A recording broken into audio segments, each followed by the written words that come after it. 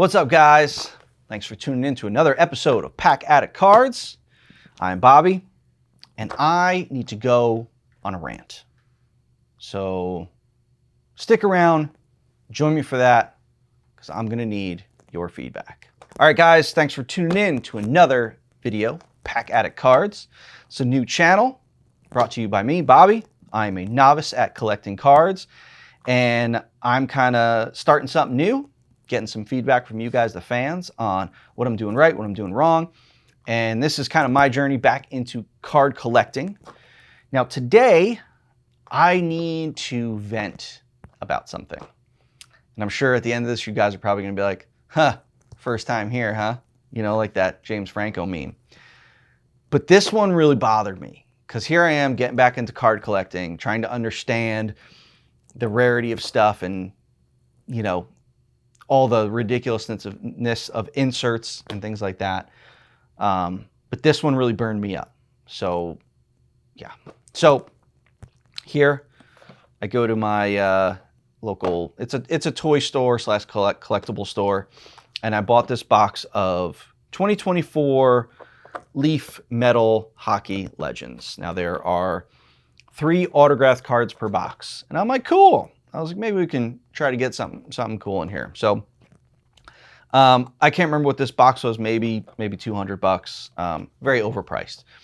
But I was like, shoot, let's do it. Now, I was gonna save it to open, but I was like, at that time, I was like, no, let me just open it. I'm in the mood to open cards. So I open it up, you know, obviously it's for 3 cards, you get a lot of wasted space here. I thought the toy industry was bad with wasted space, but you know, I get these cards and open them up, and I'm like, all right, first up we got, you know, Bobby Clark.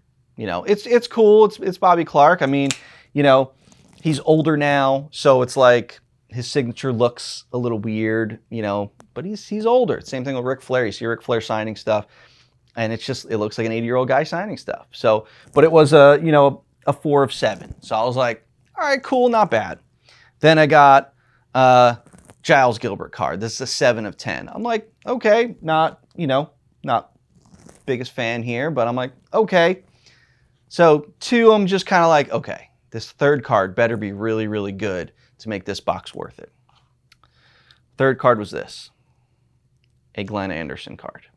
Now you can see the look on my face of the excitement of Glenn Anderson. Now, I'm a huge Ranger fan. He was part of the 94 team, but nobody cares about Glenn Anderson. I'm sure the one guy out there who's going to watch this video and be like, hey, I'm a huge Glenn Anderson fan. Okay, well, you're probably the one that bought the card that I'm going to talk about in a second.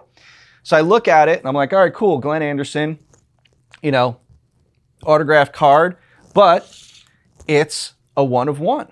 I'm like, cool, 1 of 1s, I'm pretty sure are good things now in this hobby. That's what you want. You want the lower run things, you know? So I'm like, cool, 1 of 1. All right.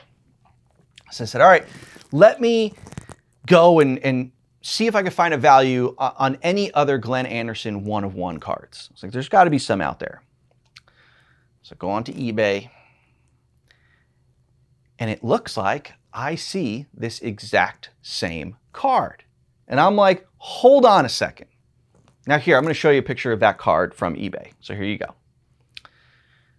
Now, this card, this exotic mythical card, 1 of 1, that was a 1 of 1 that sold on eBay. Mine's a 1 of 1. So I'm like, wait a second. And then I start to look, I'm like, oh, there's something different. So I'm going to give you guys a side-by-side real quick of these 2 cards, and you tell me if you could spot the difference. Okay, cool. So you spotted the difference. It was the Sasquatch in the background of the card. So mine, because these are obviously mythical cards, so you're going to have some mythical creature in the background. Mine has a Sasquatch in the background. The card that sold on eBay has a goblin. Now, Leaf, how dare you? You didn't even change the pose or the picture of Glenn Anderson. You made 2 1 of 1 cards that are almost identical. The back of the card is identical to the one that sold on eBay. even down to the number, EM-GA1, the same exact number that's on the eBay card. So how can a card with the same exact number be a 1 of 1 and my card be a 1 of 1?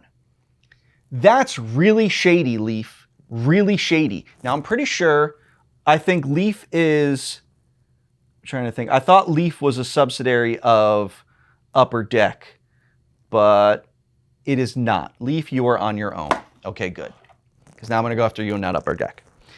This is dirty. This is super, super dirty that you did this. Leaf cards, Leaf, exotic, mythical, metal cards. This is crap, dude. This 1 of 1 card is crap. That's why it sold for $6. One, because it's Glenn Anderson, it's worthless. But you're trying to pass off 1 of 1s and you're going to change a graphic slightly in the background, but you don't even have the balls to change the back of the card or the number. Dude, that's dirty. I don't know if this is something just Leaf does, but that's dirty. That's really dirty. Because if I got like a LeBron 1 of 1, and then there was another card very similar to it that was also a 1 of 1, I'd be like, wait a second. Hold on here. Why is my card special now? Oh, because I got the Sasquatch. A Sasquatch. Something that has nothing to do with hockey. A Sasquatch. That's what made this crap Glenn Anderson card a 1 of 1. Oh, but the Goblin is a 1 of 1 too.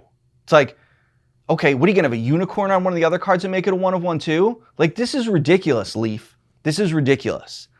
So guys, tell me, 1, am I wrong to think that? And 2, is this common in cards? Now, when I got back into it and I saw, like, you know, the game used jersey cards and stuff like that, like, I'm a Brian Leach fan. So I started buying these Brian Leach stick cards that Upper Deck was putting out. And it was a run of like 25. And I was trying to get, you know, I was like, I'm going to buy a bunch. Maybe one day I'll have all 25. I know it was kind of an impossible task, but I thought it was cool because he used this Easton Ultralight stick that I have, one of his game use sticks. I thought it was a cool card. I saw in the same series of cards a Brian Leach stick card that had pieces of the same Easton stick, and they were numbered to 75. And I'm like, wait a second. How do we know that the ones numbered to 75 aren't the same stick that were used in the ones numbered to 25? And the only difference on those cards is what they're numbered to. One was 25, one's 75. Same series of cards, same year, same Easton Ultralight stick. Game used jersey cards. How do you know that the swatch of jersey on a LeBron card that's a $100 card is different from the one that's a 1 of 1 that's, you know, a $10,000 card? You don't know because they're not telling you. I feel like there needs to be more regulations and tell me when I get a jersey card, this is a jersey from his jersey worn on this date against this team. Don't tell me they don't know. They should know. Upper Deck, all these card companies, Leaf, you guys should know when that jersey was used. Was it a warm-up jersey? Was it a second period jersey? I want to know because it seems real shady, guys. Like, I know you're probably going to be like, dude, you're just getting into collecting and you're having these thoughts now. Like, yeah, of course this is common. But seriously though, like, who's pulling an exquisite Connor Bedard? It's like, okay, well, it's a 1 of 1. All right, but the exquisite card that had his NHL patch that people are looking for, well, you probably cut a bunch of swatches from that same jersey, but yeah, there's just the one patch for that exquisite card that's, you know, a $10,000 card or whatever it is. But then you have the jersey and you cut a bunch of swatches and then those are just, you know, common $100, $50 cards. It's like, that's not cool, man. Like, that's not cool. So I don't know. I kind of feel like I'm going down this rabbit hole and it's probably like I'm going to have more of these thoughts, but I just want to, like, guys, give me some feedback here because Leaf, this is dirty. Like, I feel like this, like, I was bent over and this is bad because this is not a 1 of 1.